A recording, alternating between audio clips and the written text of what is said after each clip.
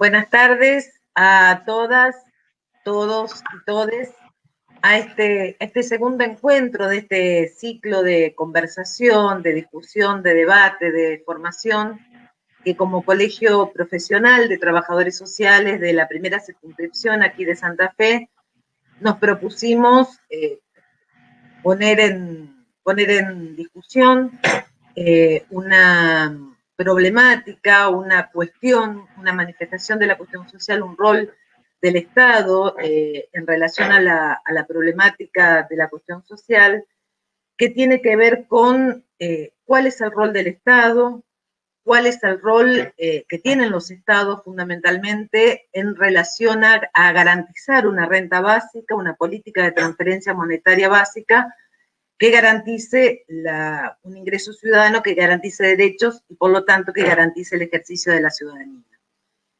Por eso nos encontramos hoy a la tarde en este segundo encuentro del ciclo que denominamos Debates en torno a las políticas de transferencia monetaria, límites y posibilidades, que iniciamos hace 20 días atrás, y hoy la idea es poder problematizar, poder pensar, poder aportar en torno al debate de la política de transferencia monetaria, del rol del Estado en términos de garantizar el ejercicio de derechos ciudadanos, cuál es el aporte y cuáles son las propuestas desde trabajo social. Nos acompañan en esta tarde la doctora Laura Garcés, a quien le agradecemos muchísimo su predisposición y su presencia en este ciclo, y la magíster Carmen Lera. Ambas van a debatir, van a charlar, van a compartir con nosotros preocupaciones, aportes en relación a este tema que hoy está ocupando una centralidad, o creemos que debe ocupar una centralidad en torno a la agenda pública y en torno al debate en el abordaje de la cuestión social. Ustedes saben, la dinámica o la metodología de estos ciclos virtuales, cada una de los panelistas van a tener 20 minutos, media hora, como para poder dar cuenta de lo que quieren aportar o compartir con nosotros. Y al costado de la pantalla ustedes van a tener la posibilidad de chatear, de hacer preguntas, de hacer aportes, de seguir sumando a esta problematización. Y luego de la participación, tanto sea de Laura como de Carmen, yo voy a transmitirle a ellas cuáles son los aportes que los que están participando de este ciclo hacen para continuar con el debate, que me parece que es lo más rico de estos encuentros.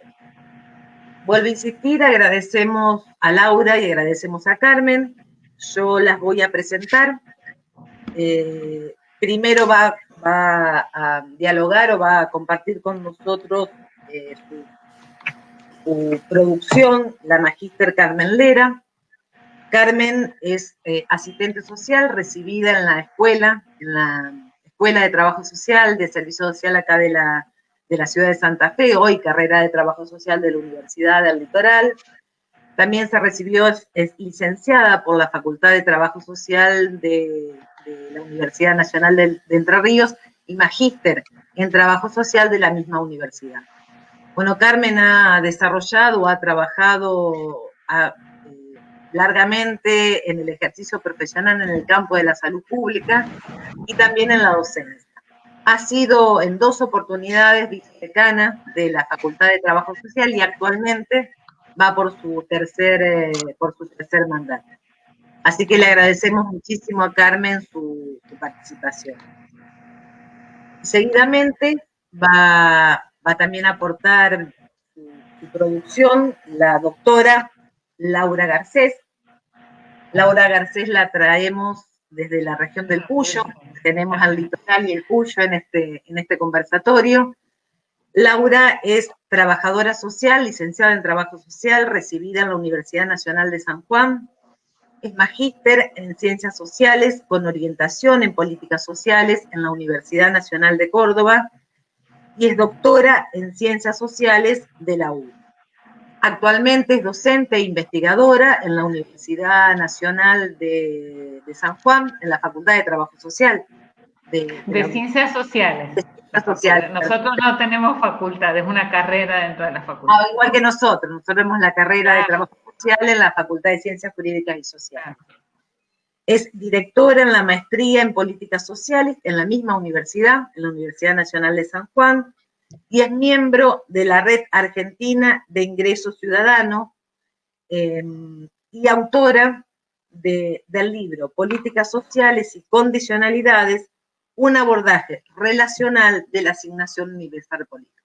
Bueno, nuevamente le agradecemos su participación y en este marco, antes de darle la palabra a Carmen, quería comentarle que el lunes 28 de septiembre a las 17 horas como colegio iniciamos un nuevo ciclo o damos una nueva conferencia en torno al secreto profesional. Esto tiene que ver con algunas preocupaciones que los colegas han transmitido al colegio en relación a la situación, digamos, del ejercicio profesional, las cuestiones vinculadas al secreto profesional, fundamentalmente en relación a situaciones que tienen que ver, vulneración de derechos, que tienen que ver en el ejercicio de nuestra intervención. Por eso, el lunes 28 del 9 a las 17 horas, vamos a dar una conferencia con el doctor Osvaldo Marcón, que se denominará Conversaciones en torno al secreto profesional en trabajo social. Bueno, pasando estas parroquiales, damos inicio a esta segunda jornada, este ciclo de conversatorio. Muchísimas gracias. Carmen. Bueno, ¿qué tal? Bueno, buenas tardes. En primer lugar, quería hacer el agradecimiento al Colegio Profesional de Santa Fe de la primera circunscripción y, bueno, a Maricel, que ha sido quien se ha contactado conmigo. Así que desde ya el agradecimiento, pero también quiero agradecer y a su vez felicitar, porque me parece que este tipo de iniciativas en este contexto de pandemia, de aislamiento, permiten los encuentros, permiten no sentirnos tan solos. Esa es la costumbre de una profesión habitada mayoritariamente por mujeres, entonces uno está acostumbrada a hablarle a un colectivo de mujeres, pero en realidad es de todas, todos, todes. Entonces me parece que estas iniciativas en realidad son necesarias para poder sentirnos vinculados, para poder sentirnos junto a otros y construir espacios saludables. Así que bueno, y a su vez también manifestar que estoy muy contenta de compartir este espacio también con Laura, a quien admiro mucho. Bueno, yo, un primer punto de partida que me parecía importante señalar es la convicción de que todo orden social es una construcción humana y que por lo tanto es susceptible, es posible de ser cambiada. Esto lo dejo porque después cuando avancemos, y sobre todo por todo lo que trae aparejado las discusiones en torno a la cuestión de ingreso ciudadano, renta básica, derecho mínimo de inserción, en general se hace necesario pensarlo desde la idea de la posibilidad, porque lo primero que suele presentarse es no cómo vamos a pensar una propuesta de ese tipo. Entonces, por lo menos partir de esa convicción. La propuesta que yo traigo para compartir no va a ser foco especialmente en la cuestión de la renta básica y las discusiones que saludablemente se están generando, vienen ya de años, pero digamos, me parece que hoy cobraron una mayor envergadura producto de la pandemia y uno está escuchando interlocutores, ya lo decía la semana en el encuentro anterior, Pilar, Diego, bueno, interlocutores como la CEPAL, como el mismo Papa, como distintos países, líderes de distintos países que están pensando en la necesidad de algún tipo de respuesta, de algún ingreso frente a la hecatombe que produce esta pandemia, pero en realidad cuando uno, y seguramente Laura tiene mucho más conocimiento sobre eso porque es su tema, vienen ya desde hace tiempo siendo trabajadas, incluso hay experiencias muy interesantes que rompen algunos de los mitos o de los prejuicios acerca de las consecuencias que traería aparejado instalar algún tipo de programa que tenga que ver con algún ingreso universal, incondicional. Entonces, mi propuesta es compartir con ustedes algunas de las problematizaciones y de las reflexiones que a partir, bueno, del trabajo con la tesis de maestría vine haciendo acerca del campo de la asistencia social.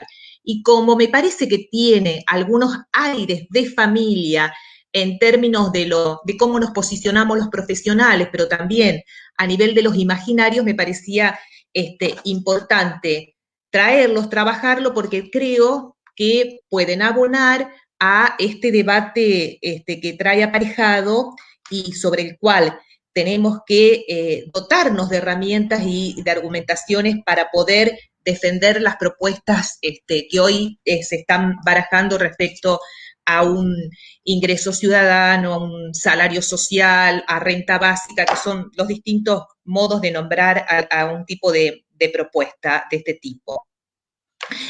Entonces, por un lado es conversar sobre el tema de la asistencia social y desde dos claves que yo las estaba pensando. Una, desde el lugar de profesional de trabajo social, pero también reconociendo que es un tema que está instalado en la sociedad y sobre la cual la sociedad tiene también niveles de prejuicios y de representaciones negativas respecto a todo lo que se vincule con el tema de la asistencia social. Entonces, como trabajadora social, ¿por qué este tema fue un tema de preocupación?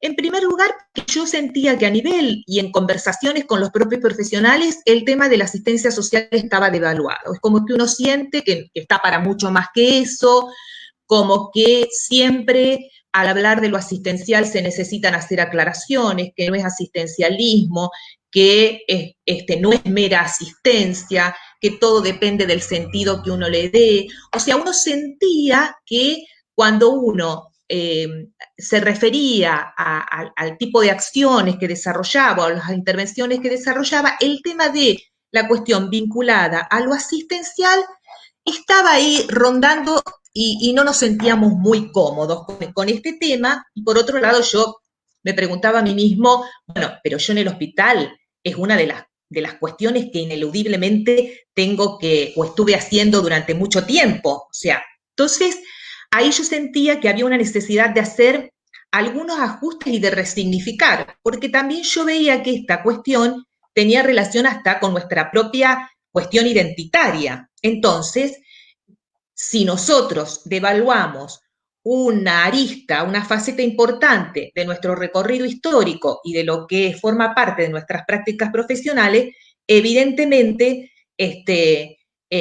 tenemos con nuestra propia identidad algunas dificultades que se hacía necesario revisar, resignificar, profundizar. Entonces, por un lado, esa cuestión que la entiendo como una cuestión a ser trabajada al interior del propio campo profesional y que, bueno, hay muchos profesionales que lo están trabajando, hay líneas de investigación, hay grupos de estudios, hay una red, o sea, es algo que desde hace un tiempo está siendo tomado por muchos otros colegas. O sea, no quiero que se piense que inauguro una discusión con esto, para nada, incluso parte de las cosas que yo comparto acá hoy en este espacio tienen que ver con las lecturas y los intercambios que hago con colegas que estamos también preocupados, interrogados por estas mismas cuestiones, ¿no? Pero sí me parecía que era una cuestión que yo la sentía que tenía hasta que ver con el propio ADN de la profesión y que se hacía necesario resignificar y revisarla. Y la otra cuestión es que tiene que yo decía, bueno, el tema de lo asistencial, como también es tomado, tenido en cuenta por la sociedad en su conjunto, y convengamos que cuando se trabaja la cuestión de la asistencia social, enseguida aparece el clientelismo, asistencialismo, los planeros, que son propuestas que solo producen vagancia, poco apego al trabajo, y hoy, que después en todo caso hacia el final lo tomo, indudablemente tiene vinculación con todo el tema del mérito, que está muy, muy en el tapete, lo estamos viendo. Hoy en Página 12, por ejemplo, salió un artículo de Sandra Carli, porque sobre eso se batalla, y entre ese batallar en nombre de los méritos, por supuesto que quienes perciben algún tipo de prestación social que uno puede vincular al tema de la asistencia social están las antípodas de la cuestión meritoria. Entonces, me parece necesario poder profundizar y armarnos de herramientas para en los debates argumentativamente poder dar cuenta de qué se trata esto. Entonces, una cuestión que me parece importante así para considerar es pensar a la asistencia social como un campo de saberes, como un campo de conocimientos. Eso lo trabaja muy interesantemente Sposati, que ella se plantea a partir de la realidad en Brasil. Brasil hizo otros recorridos, hoy tiene una ley de asistencia social y un sistema único de asistencia social, pero ella se plantea, bueno, de que se presupone de que el campo de la asistencia social con buena voluntad y un poco de intuición es suficiente. Y no lo podemos pensar como un campo de conocimiento en el que anidan, en el que confluyen distintas perspectivas teóricas, categorías, conceptos acerca del Estado, de las políticas públicas, de los mecanismos en cómo se terminan, cómo se toman determinadas decisiones estatales. También hay prácticas que convergen a partir de los distintos posicionamientos teóricos, hay leyes, reglamentaciones, procedimientos, hay toda una estructura y una arquitectura de instituciones, hay presupuestos, que es otra entrada interesante para ver qué lugar ocupa en el presupuesto de un país lo que tiene que ver con la asistencia, hay jurisdicciones provinciales, municipales, nacionales, o sea que hay mucho material, muchos insumos para poder comprender, entender, profundizar y pensar a la asistencia, a la asistencia social como un campo de conocimiento, como un campo de saberes y prácticas. Y una cuestión interesante que me parece que como trabajadores sociales nos puede resultar muy fértil para poder profundizar y analizar, es como cuando uno hace el recorrido histórico acerca de cómo se fue consolidando este espacio de la asistencia social, toda la corriente historiográfica vinculada a historia de las mujeres va colocando elementos sumamente interesantes para poder entender ese espacio que fue el espacio en alguna medida privilegiado que pudieron, que irrumpieron las mujeres, para algunos autores, entre ellos Donna Gui, pero Dora Barrancos en el prólogo de su libro lo plantea, cómo este tipo de prácticas se pueden ser analizadas como las antecesoras, las anticipatorias de lo que fue el estado de bienestar. Entonces, a mí me parece, y también para esta cuestión de revisar estos rasgos identitarios, cómo toda esta perspectiva historiográfica va colocando otros lugares y poniendo en otro lugar de valoración a un tipo de prácticas que las mujeres veníamos y seguimos desarrollando y que están vinculadas al campo de la asistencia social. Un poco, Sposati también se pregunta y lo deja como interrogante, ¿por qué el campo de la asistencia social tiene ese tipo de connotación y esa devaluación que no la tienen otros campos, como por ejemplo el jurídico, el psicológico, el médico? Y me parece que la apuesta de ella es justamente como otorgar y dar de estatuto de campo de conocimiento y de saberes, con los que nosotros creo que los trabajadores sociales tenemos que amigarnos fuertemente para poder poner en valor esta dimensión. Ahora bien, ¿por qué lo asistencial hoy tiene que ser leído con la clave de esta contemporaneidad y que es distinta a la que se pudo haber dado en su proceso de configuración como campo de la asistencia social.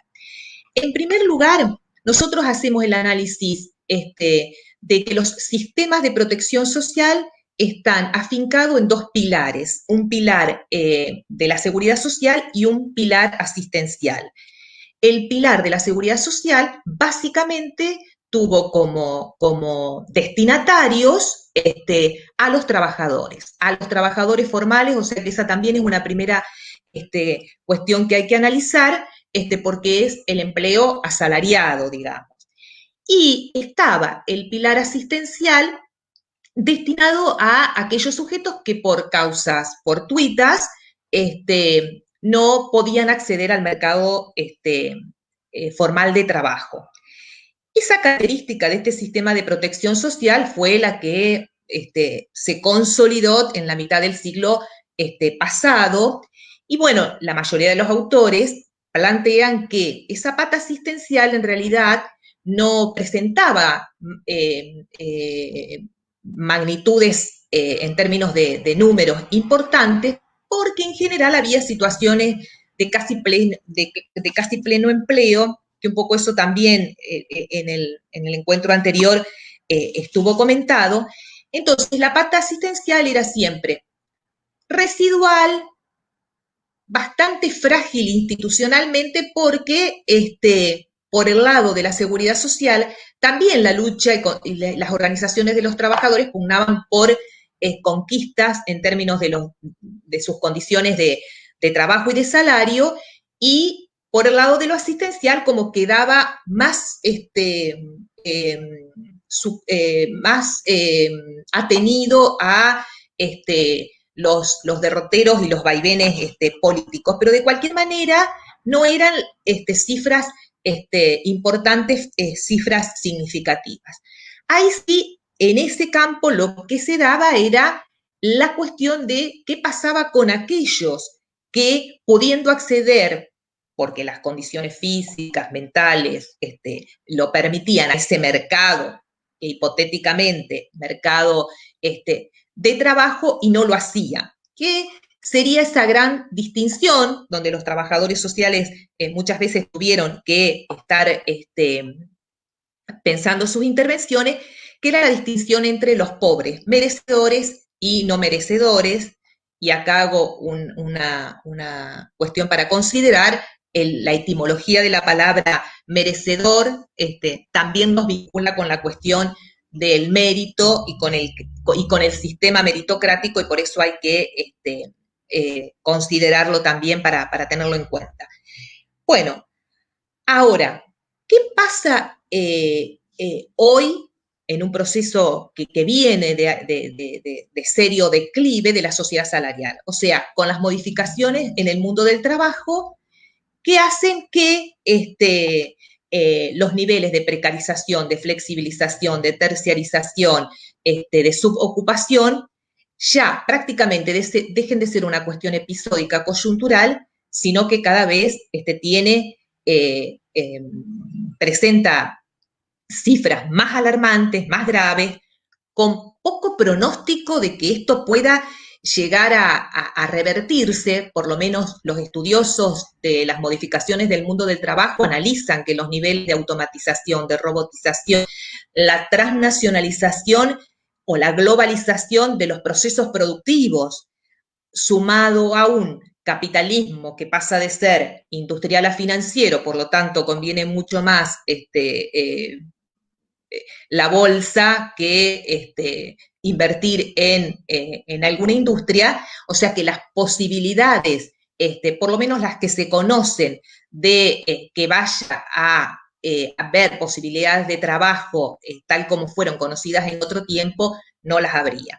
Por lo tanto, habría que preguntarnos, bueno, el polo de la asistencia social, que es el otro pilar del sistema de protección social, ¿qué está diciendo frente a esto? No lo digo en términos de que es el polo de la asistencia, porque creo que lo que intento decir es si lo asistencial está refractando estas modificaciones que se están presentando en el mundo del trabajo, y sobre todo, ¿a quién corresponde pensar la complejidad que asume esta contemporaneidad? Porque si nosotros pensamos que es un problema de los que no consiguen trabajo, estamos muy mal, digamos, porque los pronósticos en términos de cómo están pensando las sociedades con los niveles de automatización, de robotización, de una producción toyotista, más que fordista, implican que el trabajo ya no será lo que nosotros por lo menos creímos. Y acá quiero hacer una acotación que me gusta de Ricardo Antunes, que trabaja también las cuestiones de las modificaciones en el mundo del trabajo, que él plantea, bueno, el trabajo se ha modificado, pero la gran mayoría vivimos del trabajo. O sea, nosotros no vivimos de renta, vivimos del trabajo, que no es el trabajo formal asalariado, que fue el modo hegemónico en el siglo pasado, será otro, pero será otro que no nos deja los niveles mínimos, un nivel mínimo de protección. Ese es el problema de seguridad, digamos, y bueno, hoy asistimos a modos, se está denominando estos modos de trabajo de plataforma, de uberización, con los niveles de precarización, donde cada uno se tiene que hacer responsable de los elementos de trabajo, de su propio accidente, de su propio seguro, o sea que los niveles cada vez de mayor degradación de aquellos derechos laborales están cada vez para atrás. Y si a ello le sumamos la consolidación en términos de la racionalidad neoliberal, la verdad que se hace complejo pensar cómo abordar esta situación. Lo que sí tenemos que tener claro que es un problema que lo tiene que pensar la sociedad en su conjunto. No es un problema al que se debe responsabilizar y el que solo deben pensar cómo darse respuesta los que están afectados directamente, sino que es un problema de la sociedad en su conjunto y la salida va a tener que ser colectiva. Entonces, frente a ello y frente a estas modificaciones en el mundo del trabajo, que yo creo que es un tema que los trabajadores sociales tenemos que tomar y considerar, porque en realidad también en nuestros imaginarios está esa idea del trabajo como dignificador, como integrador, pero tendremos que pensar algún modo de trabajo distinto, digamos, ya no atado a la cuestión del empleo. Entonces, frente a esta cuestión es un poco qué lugar tiene la asistencia y sobre todo cómo repensamos y resignificamos lo asistencial, y si bien uno podría llegar a pensar por la cuestión de lo no contributivo, sus aires de familias con las propuestas de ingreso ciudadano, de renta básico, nos interesa que tengamos nosotros claridad frente a la envergadura de esta problemática como para pensar salidas de conjunto. Entonces, vuelvo sobre la cuestión de lo asistencial y reitero la pregunta de por qué lo asistencial tiene esta connotación negativa y que pudo haber tenido esos retazos pensados en un contexto de pleno empleo, donde también habría que preguntarse en ese contexto cuándo eran las garantías reales del derecho al trabajo y pensarlas hoy, donde realmente las posibilidades de derecho al trabajo cada vez están más lejanas. Entonces, ¿cómo revisar nosotros también esta ligazón que nosotros hacíamos de la asistencia con la promoción, con el esfuerzo, cuando las carreras del esfuerzo nunca alcanzan para tener un nivel mínimo de protección? Entonces, por eso instalarnos y preguntarnos sobre ello. Respecto a la cuestión de la connotación negativa que tiene la asistencia y que no la tiene ni la asistencia psicológica, ni la asistencia jurídica, ni otras asistencias, me parece que esto, más que con el dispositivo en sí, del que se dice que genera dependencia, que produce vagos y todo eso, me parece que tiene que ver con que los destinatarios son pobres. Yo creo que ahí radica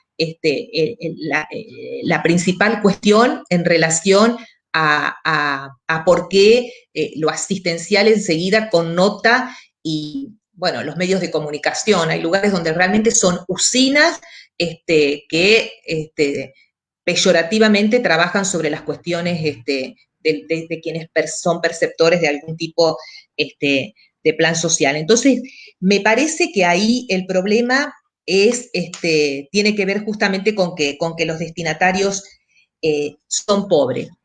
Y ahí yo hago, por lo menos en la tesis de maestría, una distinción entre lo que son las políticas asistenciales, como ese conjunto de recursos, de instituciones, de servicios, de procedimientos, de reglamentaciones, y la dimensión más asistencial que forma parte de las intervenciones que nosotros construimos con los otros y donde uno apela a recursos provenientes de políticas sociales. Si yo entiendo esas políticas asistenciales como soportes para que las personas con quienes trabajamos puedan hacer sus recorridos vitales, una pregunta que me hago es, soportes que son materiales, simbólicos, qué connotación puede llegar a tener cuando uno habla en el imaginario, cuando uno habla de una beca otorgada para un niño de una barriada pobre, que una beca otorgada a una persona X para que realice su beca de doctorado. En ambos casos son apoyaturas, son soportes. Ahora, si uno analiza qué le resuena en el imaginario una y otra situación, seguramente son dos cosas distintas. Entonces, me parece que lo que está siempre presente es la cuestión de la doble vara. Y sobre eso los trabajadores sociales me parece que tenemos que hacer aporte. Por eso yo digo, cuando se critican lo que a la cuestión de los programas asistenciales y el gasto, y que hay que achicar el gasto, y que esto, de última lo que está puesto tiene que ver con los destinatarios que son los pobres, porque cuando uno analiza todo otro tipo de apoyatura que tienen otros sectores, no tiene la misma connotación que sí lo tienen aquellos destinados a los más pobres. Entonces me parece que lo de la doble vara es una cuestión que hay que permanentemente poner agudeza para que los trabajadores sociales podamos considerar esas cuestiones y que, bueno, en relación a la cuestión del mérito, también ahí lo de la doble vara tiene que ser un elemento a considerar cuando analizamos determinadas situaciones o de qué nos valemos con la cuestión de la igualdad de oportunidades, que es a lo primero que se asocia con la cuestión del mérito. La otra cuestión, yo ahí en un artículo que escribí para la revista Cátedra Paralela, hacía la referencia en esto de la doble vara y de que quizás los trabajadores sociales también pusimos mucha agudeza para mirar a los pobres o mirar, la pobreza, pero no pusimos agudeza o desconocemos, que no es casual, a la riqueza, o sea, la contracara de la pobreza y los niveles de concentración de riqueza. Entonces, se critican a los planeros, pero no tiene el mismo grado de análisis la cuestión de los paraísos fiscales, de las empresas offshore, de los niveles de fuga de capitales, de la evasión. Entonces, hay permanentemente una mirada focalizada en determinados sectores, en determinados destinatarios, y sobre lo otro prácticamente nos genera los mismos niveles de rechazo y de resistencia, bueno, que tiene que ver también con las usinas desde donde se emiten ese tipo de discursos, ¿no? Y me parece que nosotros tenemos que estar instalando otro tipo de formulación teóricas y de propuestas para enfrentar estas situaciones. La otra cuestión que me parece importante es que ese sistema de protección social está pensado como un derecho que nos corresponde a todos por el solo hecho de habitar este suelo y, por lo tanto, sea por la vía de la seguridad social o por la vía de la asistencia, ambos tienen que ser pensados como derecho. Por lo tanto, lo asistencial también tiene el estatuto de derecho y eso no lo tenemos que hipotecar ni olvidar. La otra cuestión que me parece importante analizar y que por eso yo planteaba esto de que todo orden social es una construcción social, es una construcción humana y así como se realizó se puede modificar. Es un poco la perspectiva que plantea André Gorz, que ha sido uno de los teóricos que ha estudiado la cuestión de las modificaciones en el mundo del trabajo y donde él planteaba que el trabajo ya no iba a ser en su versión hegemónica, que va a ser otra modalidad de trabajo la que nosotros conozcamos, tengamos, y él plantea desconectar del trabajo el derecho a tener derechos.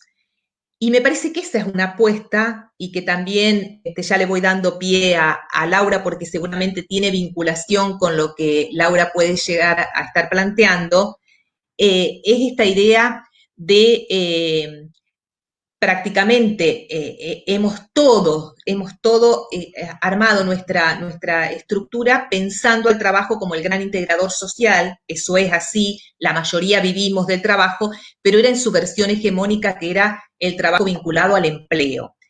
Entonces, si nos quedamos solo con esa versión, queda todo un conjunto de experiencias y vinculadas, por ejemplo, a todo lo que es economía social, que si no las pensamos como conteniendo en sí derechos, pueden quedar muy fragilizadas y puede convertirse en una cuestión de que asistamos a esferas donde sectores vinculados al trabajo formal en el mercado de trabajo tengan un conjunto de protecciones relativamente fuertes, a otro sector que también vive del trabajo, pero que si no le damos el estatuto de derecho y no desligamos esos derechos a la idea del trabajo formal, pueden tener protecciones frágiles. Entonces, me parece que como a nivel social y a nivel de la sociedad en su conjunto y a partir, bueno, de la inclusión en los movimientos sociales, podemos ir acompañando procesos que serán colectivos, donde vayamos paulatinamente haciendo que el derecho se desvincule de esa idea más hegemónica que nos vincula al trabajo formal. Me parece que una de esas cuestiones es como las deudas, las cosas que tenemos que ir pensando.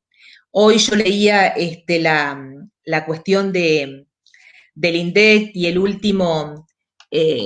últimos datos respecto a los niveles de desocupación y en este momento hay más de 1,5 millones, casi 1,5 millones de gente que se encuentra desocupada.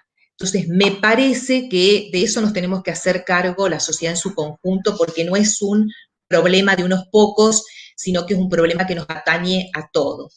Y la otra cuestión es cómo pensar en una sociedad globalizada, donde nosotros decíamos, bueno, la producción se ha globalizado, y hoy uno tiene que un determinado producto ha transcurrido y ha pasado por distintos países donde, por supuesto, las búsquedas son del abaratamiento del costo laboral, tenemos que pensar quizás salidas también que nos vinculen con otros con los que nos vinculamos ideológica, políticamente. En estos momentos, ahora se había desarrollado este fin de semana el encuentro de la Internacional Progresista, donde hay líderes intelectuales que están pensando una salida frente a este capitalismo depredador, están pensando en las cuestiones del medio ambiente, en la cuestión de los desechos, en la cuestión, por supuesto, de los niveles de desigualdad que adquieren la brecha es inédita, digamos, entonces se están pensando salidas que vinculen a sociedades, experiencias que pensamos en la necesidad de una salida colectiva. Bueno, yo un poco ahí estaría cerrando mi exposición y pensando en la necesidad de cómo nosotros nos vamos formando, porque sabemos que la usina de información en contra de cualquier medida que implique ampliación de derechos va a venir con todo. O sea, con mirar nomás algunos canales de televisión uno sabe el tratamiento que se está dando a este impuesto extraordinario a las grandes fortunas y cómo comienza enseguida toda una cuestión de permanente hostigamiento a cualquier posibilidad de pensar,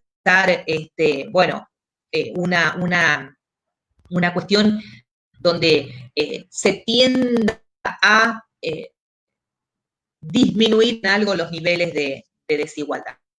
Yo lo que quiero dejar aclarado es esta cuestión con la asistencia social, la traigo desde mi inserción como profesional trabajador social, donde siento que es que forma parte de nuestra propia historia e identidad profesional, pero esto no quiere decir que la asistencia resuelva el problema de la desigualdad. El problema de la desigualdad trasciende hasta la propia profesión de trabajo social e implica pensar la redistribución. No hay vuelta de hoja. Y en ese pensar la redistribución va a haber algunos que ganen y algunos que pierdan.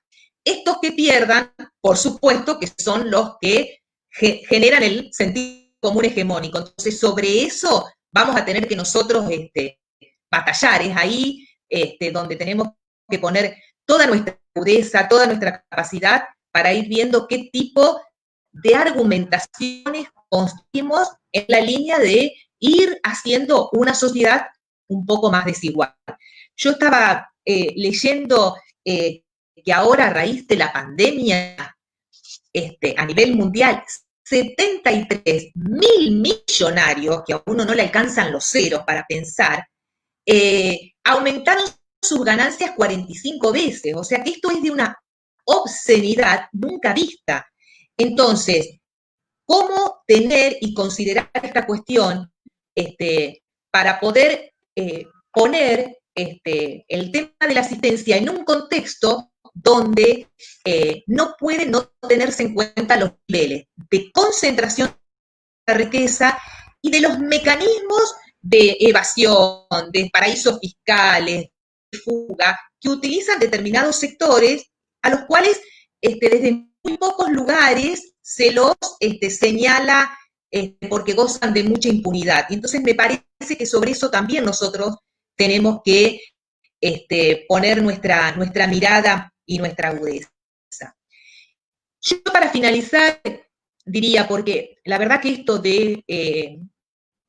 y lo ato con lo que dice Antúnez, de que la mayoría vivimos del trabajo, no hay vuelta de hoja, de renta no vivimos, digamos, la mayoría es la gente que vive del trabajo, dice él, pero está tan batallado esto, la gente no quiere trabajar, toda esa cuestión, que una invitación a leer el informe de Vialet Macé, que es anterior, era parte de otras grietas, pero no es de la grieta que atravesamos en este momento histórico.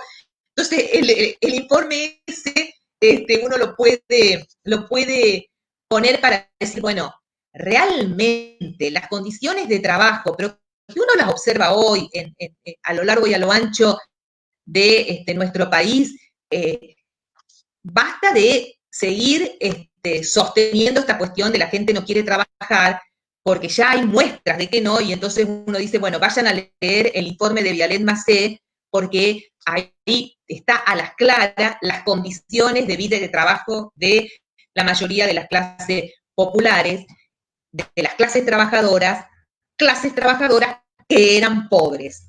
Entonces, ni el trabajo liberó por completo la condición de pobreza, sino que se obtuvieron mejores condiciones de trabajo o se accedieron a algunos derechos sociales a partir de la lucha de la clase trabajadora. Entonces, un poco ahí cerrando mi exposición como para pensar lo asistencial, pero que me parece que tiene algunos aires de familia con todo lo que es la propuesta no contributiva, digamos, en las que se pueden llegar a inscribir el salario universal o el derecho mínimo de inserción, el ingreso ciudadano, bueno, los distintos nombres que van teniendo estas propuestas y que realmente son una bocanada de aire como para poder pensar algún tipo de respuesta frente a estos niveles de desigualdad que realmente asumen cifras que lindan con lo obsceno, digamos.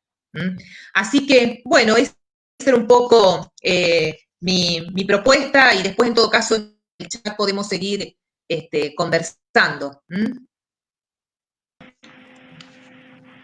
Bueno, Carmen, muchísimas gracias por tu rico aporte. Realmente ha despertado la reflexión y el acuerdo y el debate de muchos de los que están participando de esta conferencia.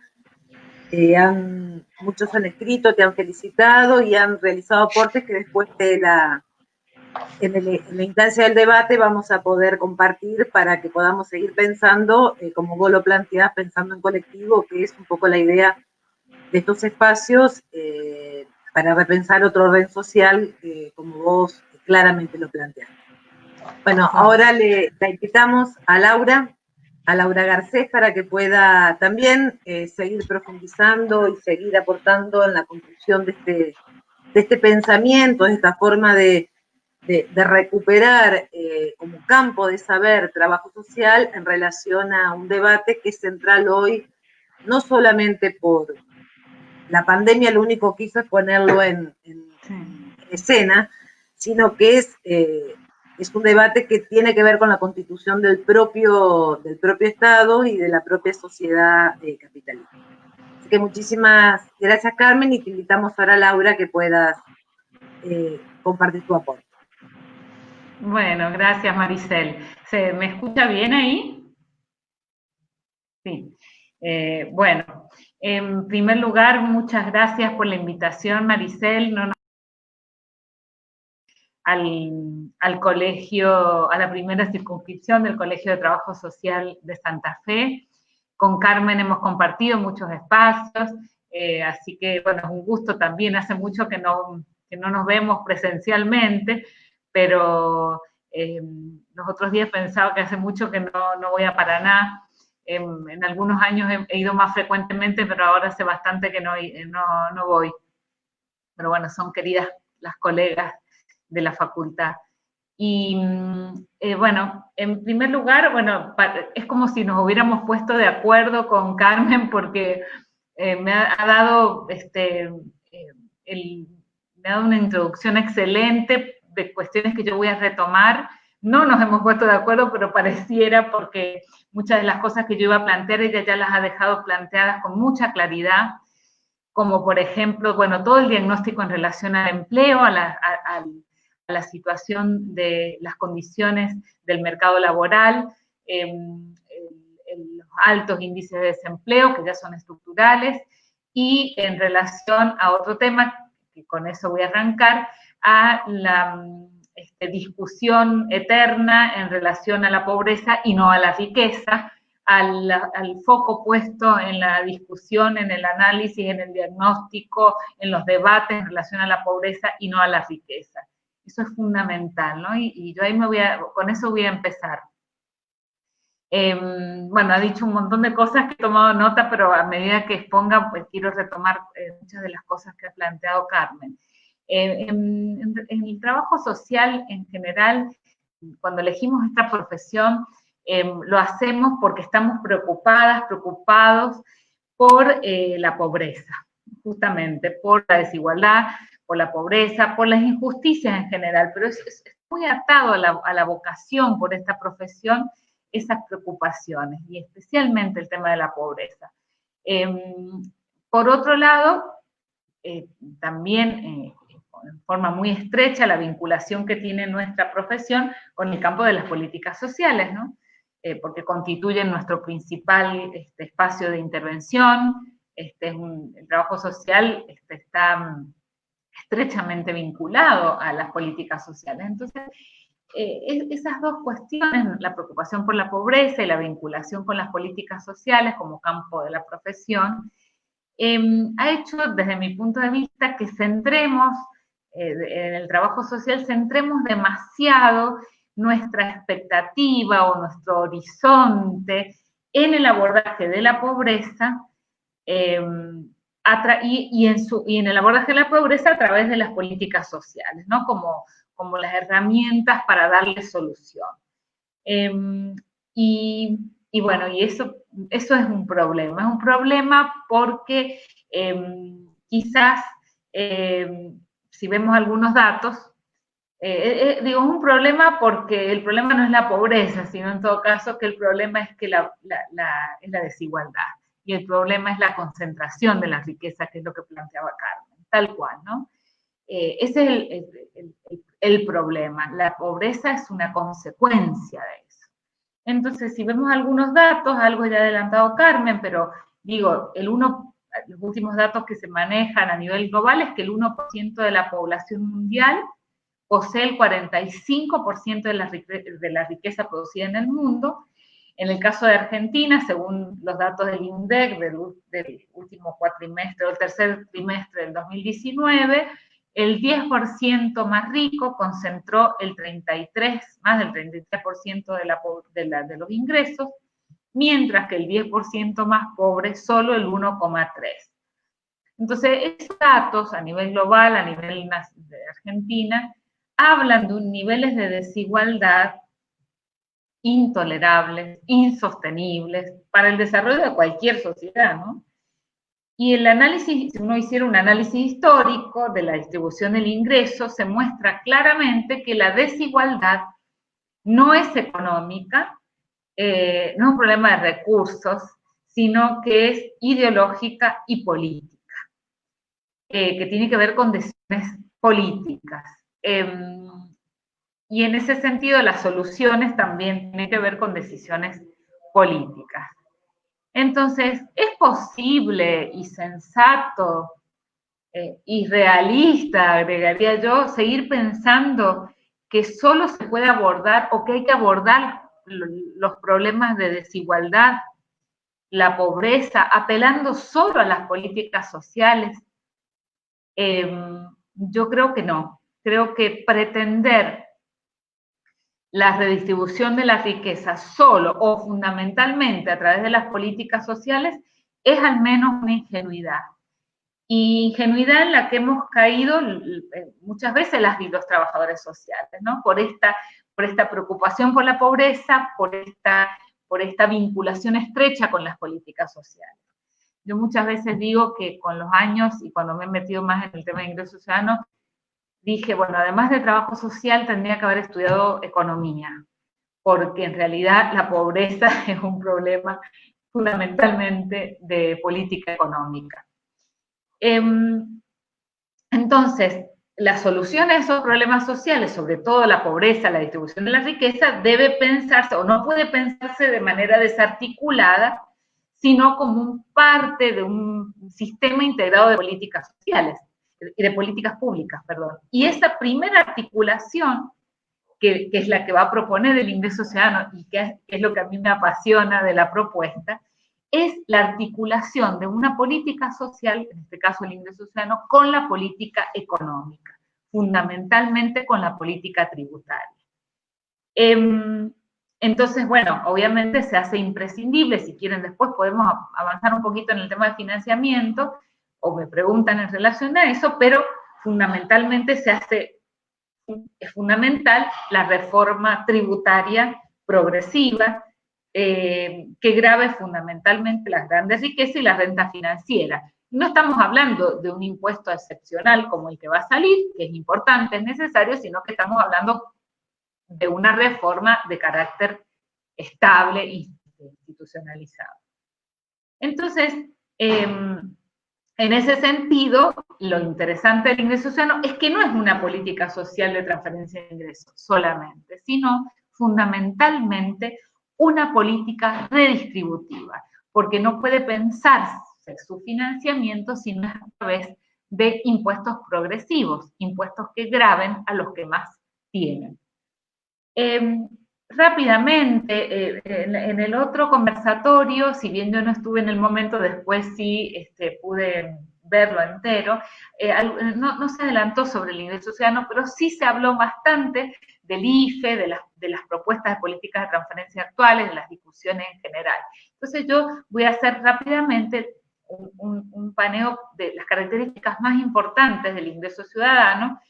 Si bien hay una primera cuestión que hay que aclarar es que se ha dado en la pandemia, la propuesta del ingreso ciudadano es desde mediados de los 80 en Europa, Argentina llega a mediados de los 90 a través de Rubén Lobolo y Alberto Barbeito y después de todo el equipo del CIEP, pero una propuesta que tiene muchos años. La primera red internacional es del 1986, la primera red europea que después se transforma en internacional y de la cual Argentina es parte a través de la red AIPA. Entonces es una propuesta vieja. ¿Qué ha pasado en la pandemia? Se ha puesto en el tapete, como decía Maricel, se ha puesto en debate frente a la urgencia, frente a las devastadoras consecuencias económicas de la pandemia. Pero hay muchas denominaciones, hay muchos términos, muchas propuestas dando vuelta, el ingreso vital móvil de España, lo que propone el Papa, la propuesta de la CEPAL, ahora el secretario de las Naciones General de las Naciones Unidas, justamente antes de ayer, en uno de sus discursos, habla de la necesidad de una renta básica, pero no todo es lo mismo, no todas son propuestas de transferencia de ingresos, pero tienen sus diferencias. Entonces, para saber que estamos frente a una propuesta de ingreso ciudadano, que es como se llama en Argentina, o renta básica, o ingreso básico, basic income en inglés, que es como se la conoce en Europa, hay que ver de tres características fundamentales que la diferencian de otras propuestas de transferencias, que pueden llamarse ingreso básico, ingreso universal, pero no todo es lo mismo. Para saber si estamos hablando de verdaderamente la renta básica o ingreso ciudadano, son 4 características. La universalidad, estamos hablando de un ingreso para todas y todos los ciudadanos de un país. Esto es un ingreso basado en la ciudadanía, que reviste carácter de derecho, como la salud pública, la educación pública. Es incondicional, o sea, que no se pide nada a cambio para obtenerlo, no se requiere ningún requisito para su acceso, como estar desempleado o ser pobre, justamente la incondicionalidad está vinculada con la universalidad, y no se requiere ninguna condicionalidad previa, ninguna contraprestación posterior. Es individual, no es para la familia, sino que es para las personas, para cada ciudadano y ciudadano, independientemente de su composición familiar o de su situación de convivencia, y es preventivo. ¿Y esto qué quiere decir? Que no espera que se sucedan las situaciones de pobreza, de desempleo, de emergencia como la pandemia, sino que se actúa preventivamente. Es un ingreso institucionalizado, permanente, que evita que las personas caigan en situación de pobreza.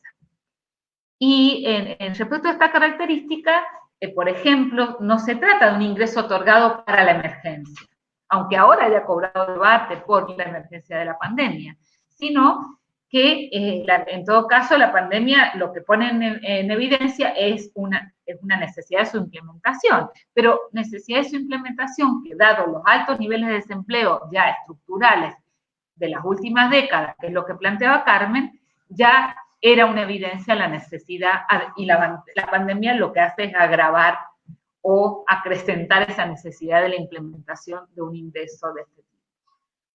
Sobre la universalidad, Argentina tiene, cuando yo digo, bueno, se puede comparar con salud y educación, Argentina tiene trayectoria en políticas universales, ¿no? Y en relación, en este caso sería el derecho a una existencia material de carácter universal.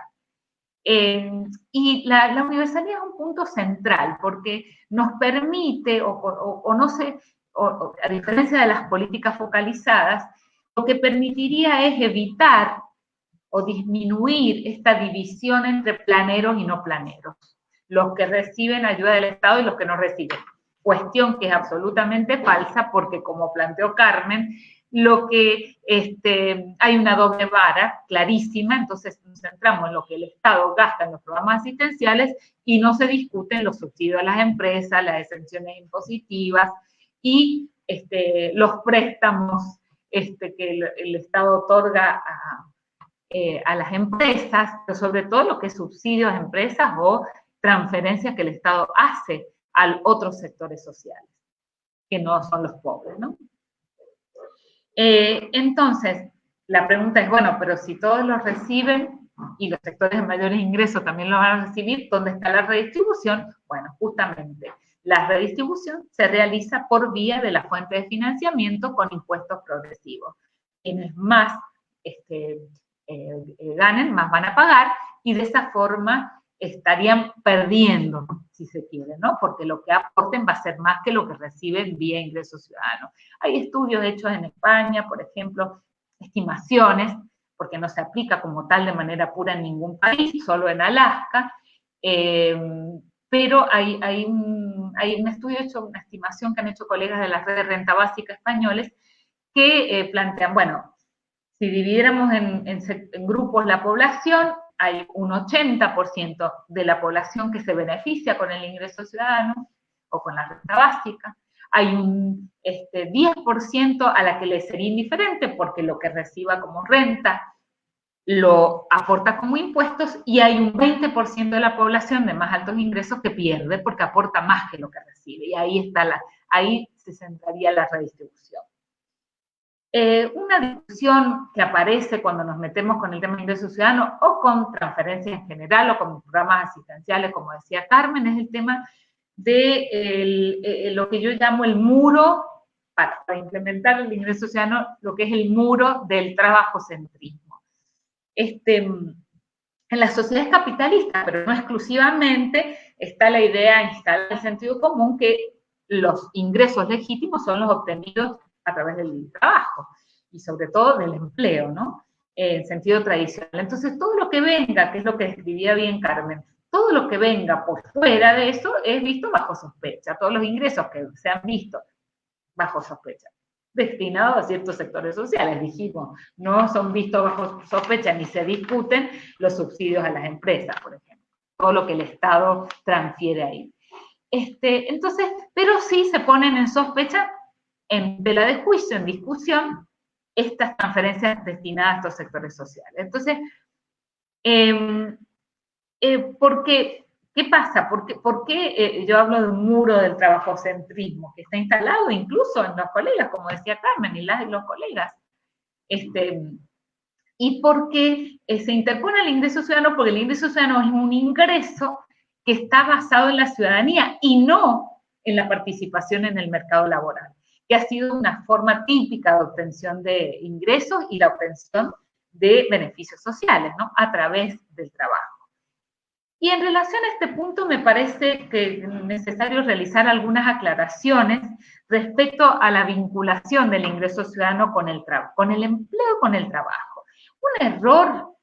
Un error en el que se suele incurrir es creer que cuando se analiza esta propuesta es pensar que el derecho a un ingreso ciudadano tiene alguna incompatibilidad con el derecho al trabajo, o que si impulsamos una política como el ingreso ciudadano es incompatible o implica desalentar, descuidar las políticas de generación de empleo, como por ejemplo la inversión en obra pública, la industrialización, el fortalecimiento de las cooperativas para la pequeña obra pública, para el mejoramiento de barrios. O sea, de ninguna manera son incompatibles. De ninguna manera, porque haya un ingreso ciudadano, el Estado no puede alentar la generación de empleo. De hecho, debe ser así, porque ya sabemos, como dijo Carmen, que no vamos a llegar a los niveles de empleo de otrora, pero sí pueden mejorarse, y mejorarse generando empleo, lo que se llama empleo genuino. Ahora, eso no es incompatible con la implementación de un ingreso ciudadano. no son para nada incompatibles. Después, otra cuestión, eso en relación al empleo. Ahora, en relación al trabajo, en sentido amplio, en todo caso, lo que quiere evitar el ingreso ciudadano es que no se opone al trabajo. En todo caso, lo que quiere evitar es el trabajo en condiciones de explotación o de cuasi explotación. Es permitirle, y en eso los españoles han avanzado mucho en esos fundamentos, permitirle a la persona poder elegir no trabajar en condiciones de cuasi explotación, porque tiene garantizada su subsistencia básica. Entonces, o poder obligar a los empleadores a emplear o a tomar empleados en condiciones de seguridad, ¿no? Con ciertas condiciones no de precariedad, sino de seguridad social. Entonces, si bien reconocemos, también lo planteó Carmen, que el trabajo es uno de los principales articuladores de los lazos sociales, pero no es solo el empleo, sino el trabajo en sentido amplio. Acá me voy a detener porque el ingreso ciudadano lo que reconoce es el trabajo en sentido amplio.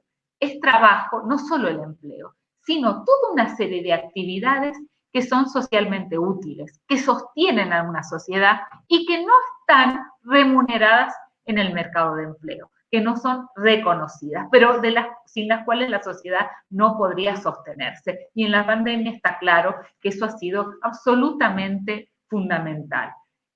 Sin los trabajos de cuidado no hubiera sido posible tener al mundo dentro de sus casas, por decirlo así exageradamente, ¿no? Entonces, ¿qué reconoce el ingreso ciudadano? Bueno, el trabajo doméstico, las tareas de cuidado, los trabajos voluntarios, el trabajo artístico, todas las expresiones dentro de la economía popular, todas las expresiones dentro de la economía informal, incluso la formación y la capacitación de las personas son necesarias y generan riquezas. Riquezas, se han hecho estudios del trabajo doméstico y del trabajo de cuidado, de que hasta un 20% del PBI de los países se produce al interior de los hogares. Entonces, de lo que se trata es que el ingreso ciudadano lo que va a hacer no es incompatible con esos otros trabajos, va a darle un piso de seguridad a las personas, por ejemplo, a partir del cual se pueda la economía popular, la economía informal, fortalecer para emprendimientos de tipo productivos, de tipos cooperativos. Sería una palanca para la economía popular, para permitirle a la economía popular o a los trabajos de la economía informal tener garantizada su subsistencia y no tener que ocuparse de eso y poder ocuparse en proyectar proyectos productivos a nivel local, pero con la subsistencia garantizada. Además, hay una intermitencia en los ingresos de este sector, que también es del sector del empleo formal, porque hoy puedo tener empleo formal, mañana no, el año que viene no. Hay una intermitencia, y sobre todo en los sectores informales, de los niveles de ingresos. Esto les posibilitaría, garantizaría un ingreso y le daría menos volatilidad e inestabilidad a esos ingresos obtenidos por otras vías. Por otro lado, en relación al trabajo, al ser incondicional, no obliga a las personas a tener que optar por el ingreso ciudadano o por emplearse, o por trabajar informalmente. Se evita lo que se conoce la trampa del desempleo, porque propia de las transferencias condicionadas, si yo tengo empleo, pierdo la transferencia. Y racionalmente, en muchos casos, de acuerdo al tipo de empleo precario o al trabajo precario que esté en juego, porque no es cualquier empleo el que se deja de elegir, la persona racionalmente diga, bueno, ¿yo qué prefiero? Y cualquiera de nosotros, ¿qué prefiero? Y bueno, un plan social, un programa de transferencia que sé que lo voy a recibir, que lo voy a recibir de forma estable, o un empleo precario o un trabajo precario en malas condiciones que puedo mañana perderlo.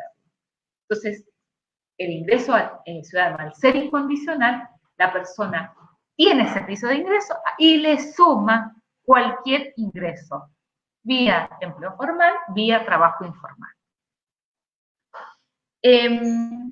Y por otro lado, y esto es una discusión que yo le planteaba al ministro Arroyo y lo sigo planteando en los espacios, sobre todo con referentes políticos, que lo más complicado es cuando condicionamos la recepción del ingreso a la realización de un trabajo, que es probablemente lo que salga con el ingreso básico, no sé cómo le van a llamar, el Estado refuerza la idea de que los que reciben planes no trabajan.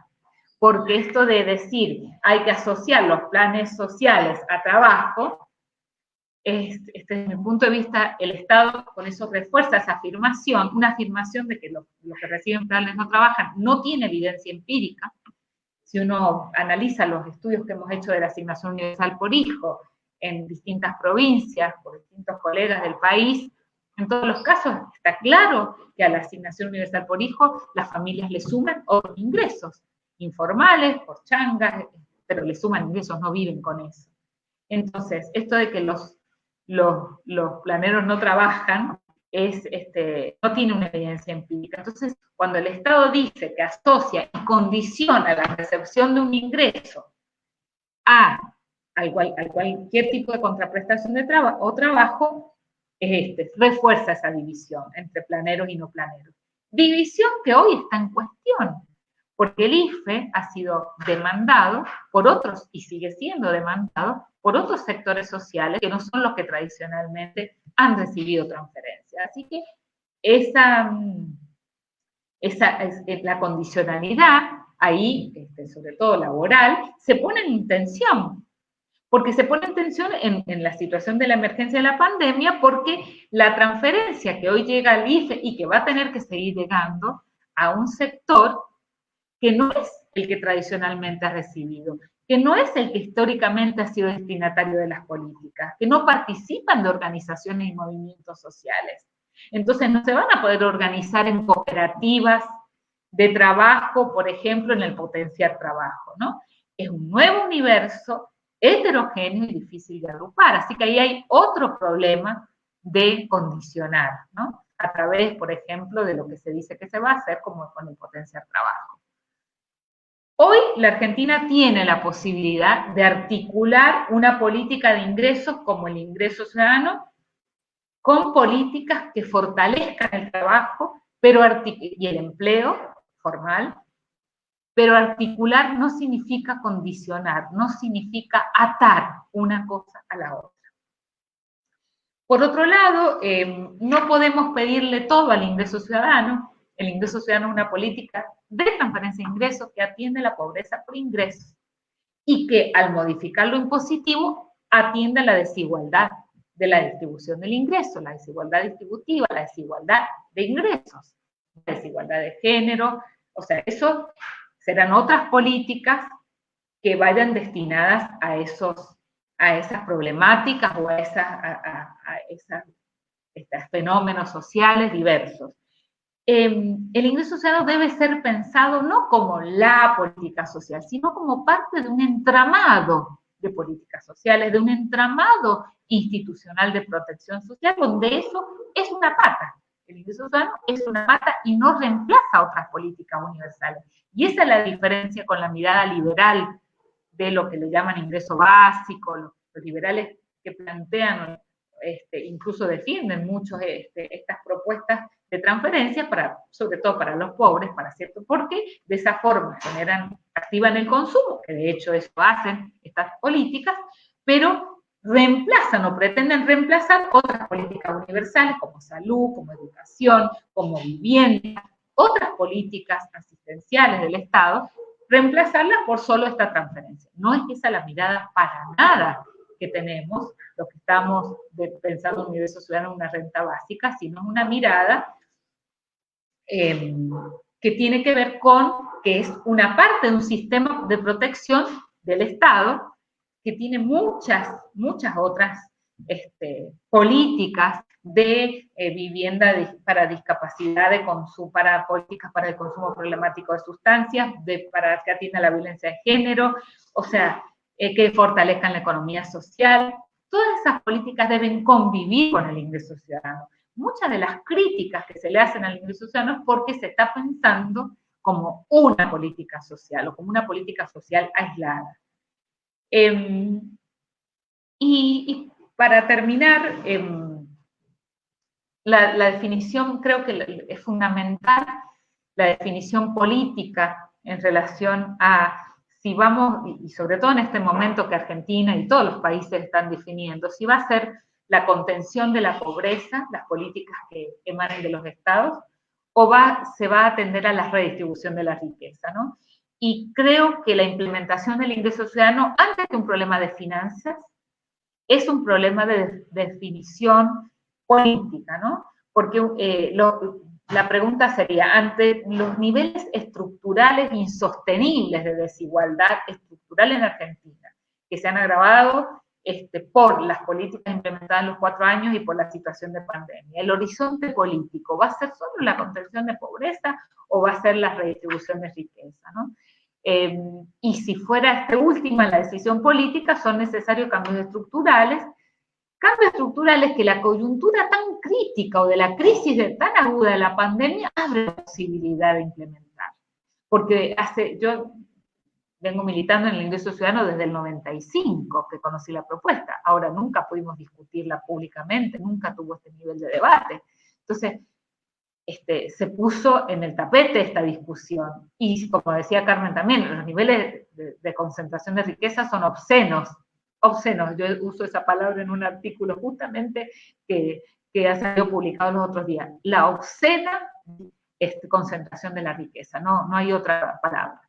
Y esto para cerrar, ahora sí, ¿qué le implica? ¿Qué desafíos o redefiniciones le implican al trabajo social, no? Yo creo que ante la garantía de un ingreso básico, de un ingreso ciudadano, una renta básica, las y los trabajadores sociales podríamos dejar de lado un poco el rol de distribuidor de recursos materiales, ¿no? Como alimentos o, bueno, transferencias monetarias. Porque deberíamos dejar de ser parte de ser responsables de esta selectividad de la población merecedora, entre comillas, de los beneficios o del control del cumplimiento de condicionalidades por parte de los preceptores de las transferencias, ¿no? Lo que podríamos llamar, y que muchas veces lamentablemente nos vemos en esa situación, de control del merecimiento, ¿no? No solo los trabajadores sociales, pero también nosotros. Entonces ya no deberíamos centrar nuestra intervención en la satisfacción de necesidades básicas, porque la pobreza por ingresos se resuelve con ingresos, sino en la atención de problemáticas específicas que requieren un andamiaje teórico y metodológico propio del área que se trate, las áreas que recién nombraba, ¿no? Todas las áreas en las que intervenimos. Y posibilitaría, además, creo, centrar nuestra intervención en los diversos procesos colectivos que permitan la emancipación, apuntar a los procesos colectivos económicos, culturales, sociales, que facilitan la emancipación de las personas, el ejercicio de la ciudadanía, la justicia social y la efectivización del conjunto de derechos sociales, ¿no? Que son principios rectores de nuestra profesión, que están contenidos en nuestra Ley Federal de Trabajo Social. Yo creo que nos posibilitaría esa garantía de ingresos, junto con otras políticas que garanticen derechos, fortalecer el proyecto emancipatorio de nuestra profesión. Fundamentalmente eso, porque si bien el ingreso ciudadano no es la política que emancipa, pero sí, al tener la garantía de la existencia material posible, pensar en otros proyectos emancipatorios que garanticen derechos. Bueno, hasta aquí mis palabras, mi exposición. Bueno, muchísimas gracias. Muchísimas gracias, Carmen. Ha sido sumamente rica el aporte de ambas en torno a la discusión de esta temática, digamos, que hoy, como decía antes, se pone en el tapete, que tiene que ver con el derecho a tener derechos y el rol del Estado en relación a estos derechos, a estos derechos y el rol de la profesión. Un poco haciendo no una síntesis, sino buscando algunos hilos conductores que evidentemente lo han tenido Evidentemente no necesitaron ponerse de acuerdo, sino que han necesitado las mismas lecturas, las mismas preocupaciones y las mismas búsquedas como para poder ambas hablar de lo mismo, cada una desde una arista de este tema que es tan central a la profesión de trabajo social. Sobre todo rescato esto que vos decías, Laura, que quienes nos interesa o quienes somos trabajadores sociales, tenemos algo que nos nuclea o que nos hace, que nos caracteriza, que es que nos preocupa la pobreza y que sobre todo nos ocupa y nos genera mucha bronca y mucho malestar estos niveles de concentración de la riqueza. El tema es cómo pensamos la pobreza, no desde la pobreza, sino como ambas planteaban, cómo pensamos el problema de los sujetos que no tienen acceso muchas veces a garantizar su propia subsistencia, es un problema de concentración de la riqueza.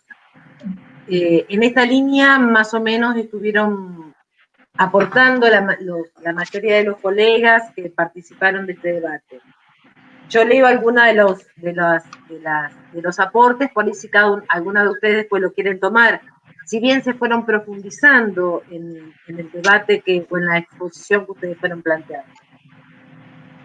Colegas que preguntaban por qué existe una connotación negativa en relación a la asistencia, cuando la asistencia es un piso mínimo desde el cual garantizar derechos, que vos claramente lo planteaste, Carmen, en relación a esta mirada prejuiciosa que tenemos con relación al sujeto de la asistencia.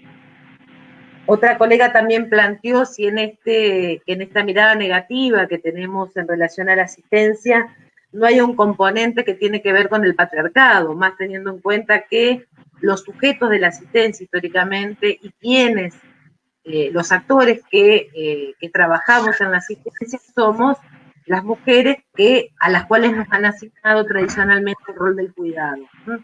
El rol del cuidado en la sociedad.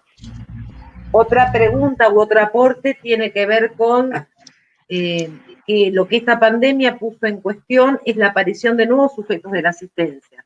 Es decir, que esto de la meritocracia también se puso en cuestión, digamos. Sí, en esta pandemia aparecieron unos nuevos sujetos de la asistencia a través del IFE. ¿Qué les pasó, digamos? De pronto dejaron de tener capacidad para generar su propia subsistencia, sino que descubrieron que las condiciones del contexto, los modos de que una sociedad o la problemática social, digamos, los atraviesa, ha puesto en cuestión esta cuestión de la meritocracia. Y que también plantean que la pandemia puso al descubierto unos niveles de desigualdad.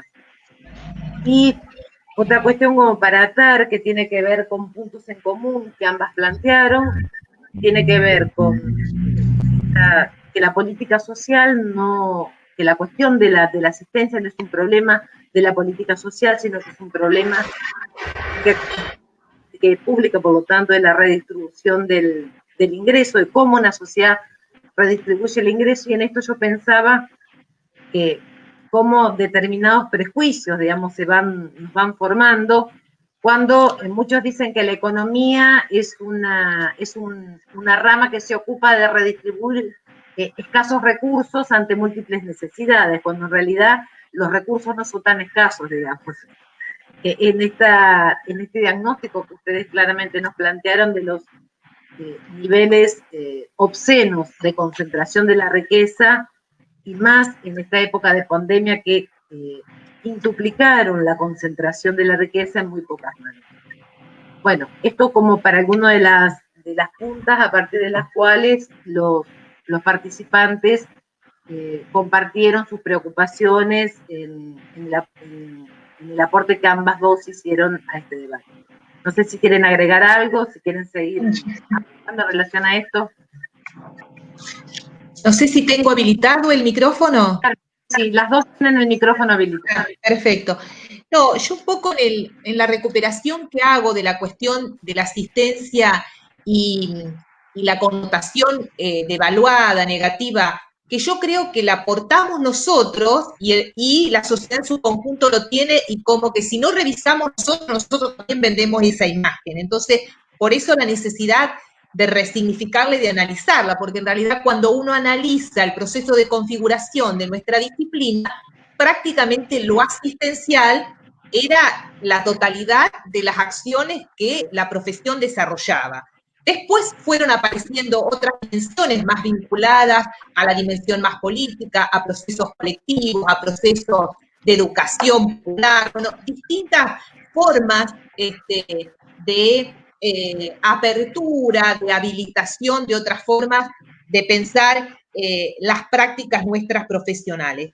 A mí me parece que si uno toma así como algún hito que puso en disvalor a la cuestión de la asistencia, quizás lo podemos ubicar para la época del proceso de reconceptualización, porque lo asistencial se vinculaba a un trabajo social tradicional y meramente paliativo. Yo creo que después de la reconceptualización, y sobre todo con la reafirmación del neoliberalismo como racionalidad, digamos, no solo como política económica, sino que ha colonizado nuestras cabezas, Trabajo Social también revisó esa propia posición que había tomado respecto a la asistencia, y por eso se analizan, bueno, nuevas formas que la asistencia habilitó, digamos, en procesos de extrema necesidad o de no poder tener una sobrevivencia básica, digamos. Y ahí uno encuentra muchos autores que empezaron a trabajar, qué sé yo, hay un texto del colectivo chileno, muchos hasta hacen una mirada de autoanálisis y autocrítica respecto a los posicionamientos que se tuvieron con respecto a la asistencia en la época de la reconceptualización.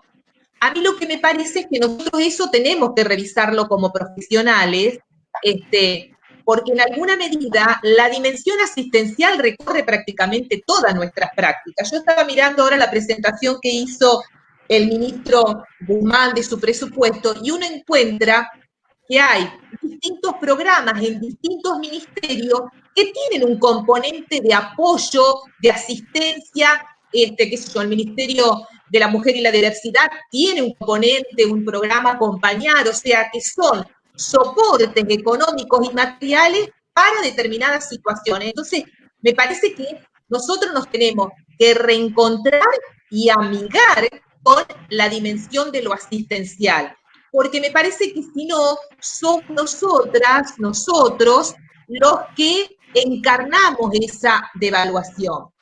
Y hay una de las preguntas o de las proposiciones que hacen si tiene relación con el patriarcado. Yo creo que está vinculado en el sentido que cuando uno analiza quiénes fueron los sujetos que encarnaron las prácticas de la acción social, de lo asistencial, y ya después cuando el Estado asume respuestas en términos de políticas sociales y al interior de las políticas sociales, las políticas asistenciales, fuimos las mujeres, y a su vez una gran mayoría de nuestros destinatarios son mujeres.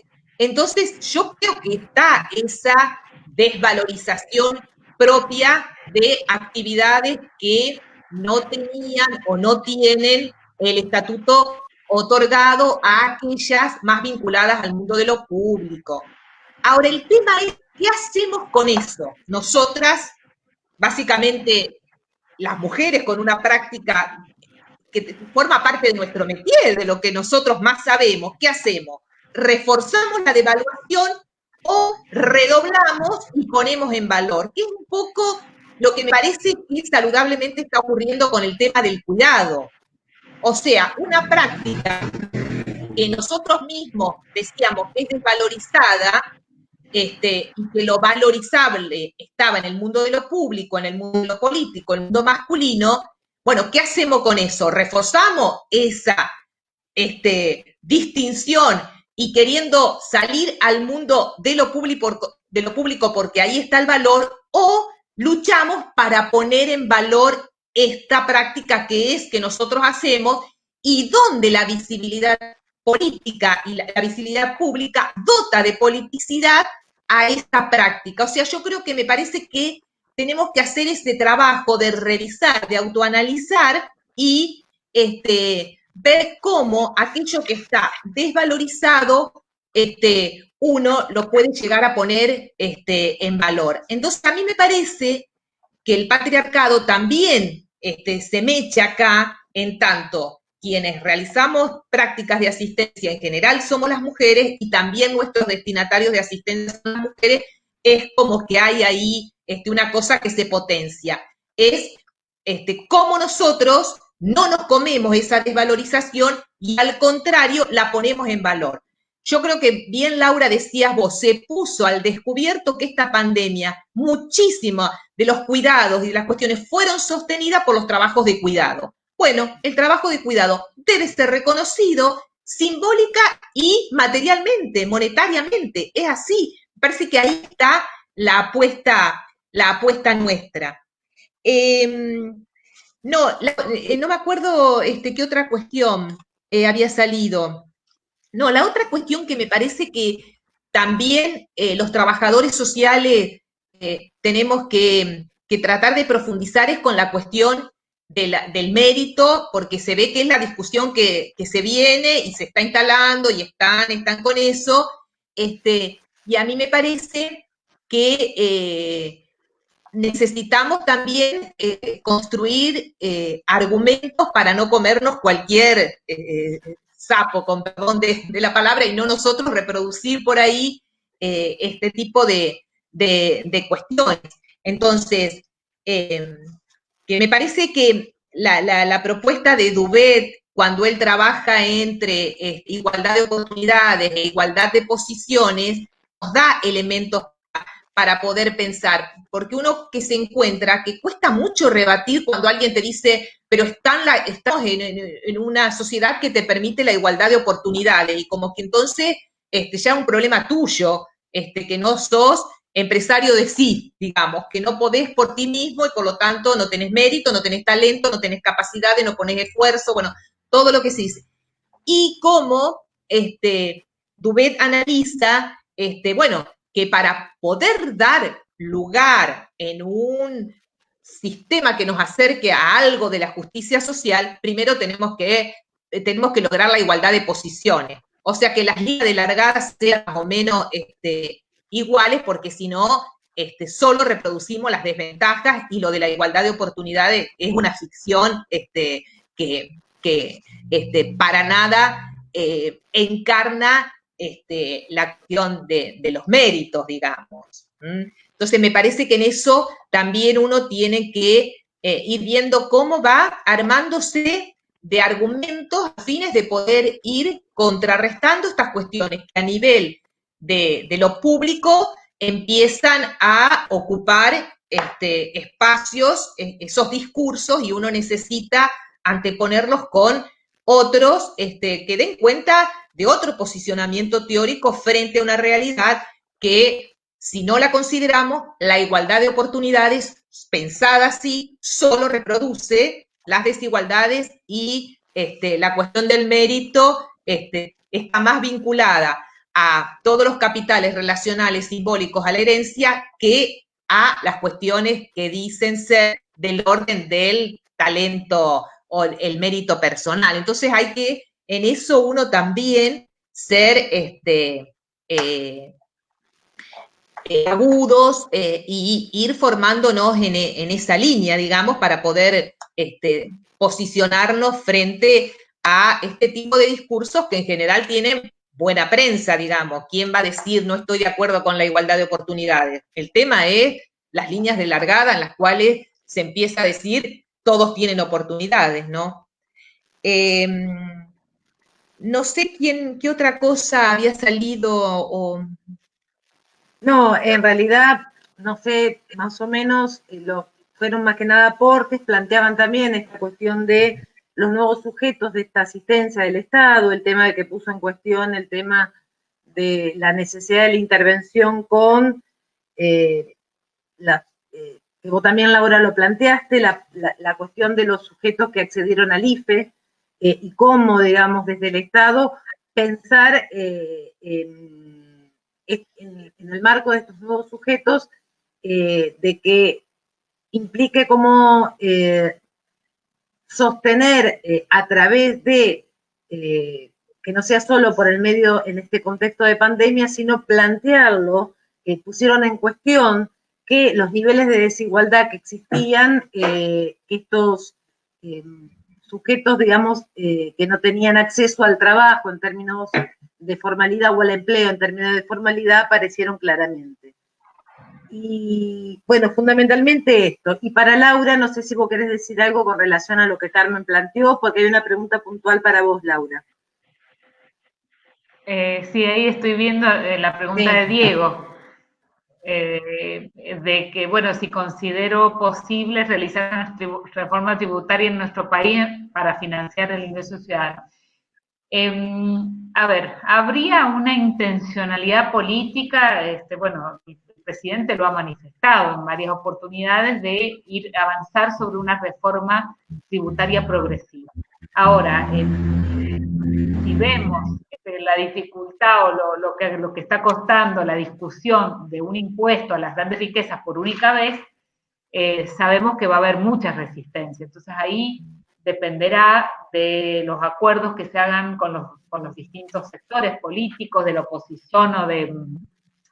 Eso, fundamentalmente, hace poco tuve una reunión con diputados de Juntos por el Cambio que me invitaron para discutir este tema y yo les planteaba, o sea, la reforma tributaria es una deuda no solo de la gestión actual, es una deuda histórica y en esto son responsables tanto el gobierno como la oposición, porque tiene que salir por ley necesariamente, entonces necesariamente tiene que haber un acuerdo político.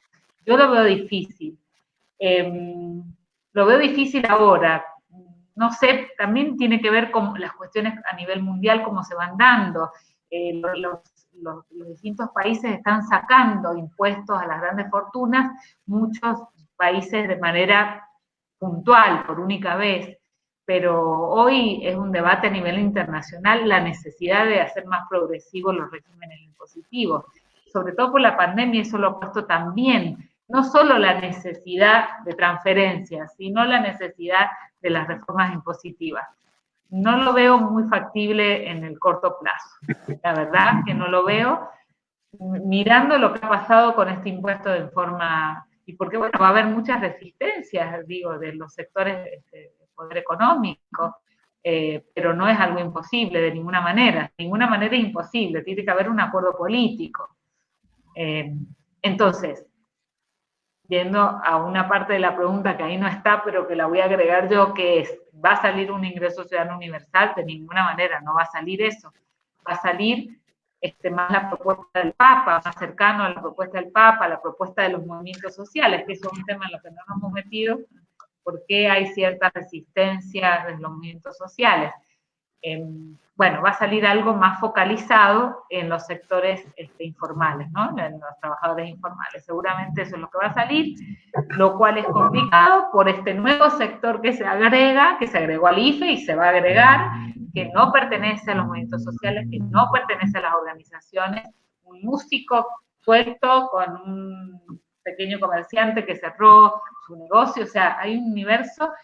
Y por eso yo digo, la pandemia nos ha puesto en un escenario tan distinto, tan crítico, que es la excusa, por llamarle de alguna forma, creo yo, para meter reformas estructurales. Pero bueno, para eso hay que tener algunos consensos y sobre todo para lo impositivo es fundamental porque tiene que salir por el Congreso. Entonces, por ahora no va a salir. Esperemos que sí, Diego, en algún momento. Bueno, un poco como para ir, no sé si quieren hacer algún otro aporte. La mayoría de los aportes tiene que ver con felicitarlas, con plantearle la importancia y la claridad con la cual pusieron en cuestión categorías o preocupaciones que tienen que ver con nuestro, no solamente con nuestro colectivo profesional, con nuestro ejercicio profesional, sino también desde qué tipo de Estado pensamos, qué tipo de sociedad pensamos, me parece muy claro, ambas lo plantearon desde el mismo lugar, que este no es un problema económico, que es un problema ideológico y político, y por lo tanto, al ser un problema ideológico y político, es un problema que tiene que ser peleado o discutido en el campo de las ideas. Yo creo que este también es el gran aporte de trabajo social que tiene que hacer, que ambas la señalaron, y que también ambas señalaron como aporte del trabajo social la posibilidad de la inclusión, digamos, como profesión en los movimientos sociales, la posibilidad de pensar en garantizar procesos colectivos para la emancipación en términos de sujetos, de ciudadanos que no tengan que pensar su subsistencia, porque la tienen garantizada, su subsistencia en condiciones de emancipación, de explotación, sino que tengan la posibilidad de pensar en términos de derechos. Yo creo que esta es la gran apuesta que tenemos como profesión, una profesión que nos ha preocupado históricamente por la desigualdad. El tema es que tenemos que, un poco como cierra lo que ambas plantearon, tenemos que empezar a discutir la desigualdad desde el otro lugar, no mirando solo la pobreza, sino empezar a discutir la concentración excesiva de la riqueza, y este es una cuestión, un proyecto, vuelvo a insistir, no solamente del campo de las ideas, sino que es un proyecto que tiene que ver con lo político y por lo tanto con la participación en las organizaciones colectivas, no solo profesionales, sino las organizaciones colectivas en general. Como colegio le agradecemos profundamente su participación, su claridad en relación a poder pensar, a poder debatir en conjunto, con un tema, vuelvo a insistir, que hoy ocupa parte de la agenda. El tema es que está ocupando en los medios de comunicación parte de la agenda como si fuera un problema solamente que atañe a lo coyuntural o que atañe al Estado metiéndose en el bolsillo de los que contribuyentes. Mérito, digamos, han trabajado y han generado sus riquezas. Les agradecemos muchísimo como colegio y vuelvo a insistir, invitamos a los colegiados y a la gente que está escuchando esta conferencia que participen de la conferencia sobre secreto profesional que se va a dar este lunes 29 a las 17 horas con el doctor Osvaldo Marcón. Muchísimas gracias. Bueno, muchas gracias y felicitaciones al colegio. Gracias. Gracias.